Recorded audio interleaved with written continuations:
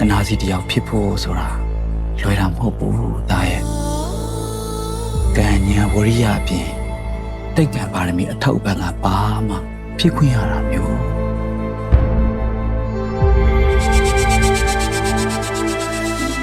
ဒီပါလေဒီဘက်ကိုမေးကြလေဒီကပုံကြီးပါလာမယ်ဟေး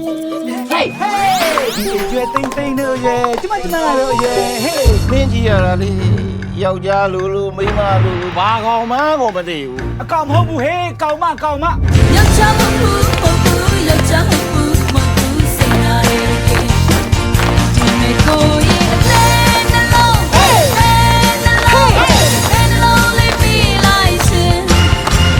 ဒီမှာအသိန်းလေးကတအိမ်လုံးတောင်ဝင်ကိုထမ်းထားရသူပင်ပန်းနေပြီ မိတင်သေးညီတော်တော်စကားများတာပဲအေး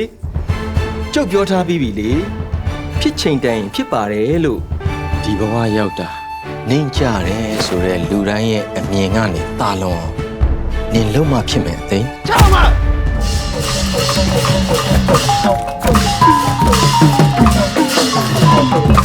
ဒူလေအေးရဲ့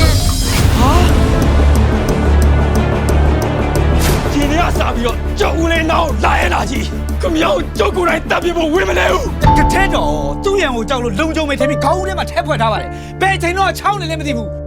ဟဲ့ငါပတ်သက်ပြန်ဖေး ငါပါစားကိုပိတ်ထားလိုက်တော့ငါနာ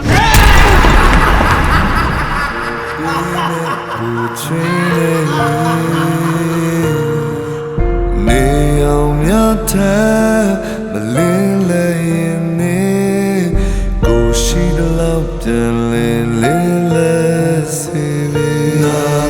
ရာရေလုံးမငါကြောပြကူကလို့ပါရမလေတခြားဘဝတွေတွေ့မေစချင်ကိုခုတီမမောဘူးလေပြောတော်မိနေဘူးလေပဲလေ မတူနိုင်ဘူးလေ နောက်ကတော့ဘာဖြစ်လို့လဲသူတို့ကဘာလုပ်နေလို့လဲ ကမီးနဲ့သူမခွဲနိုင်ဘူး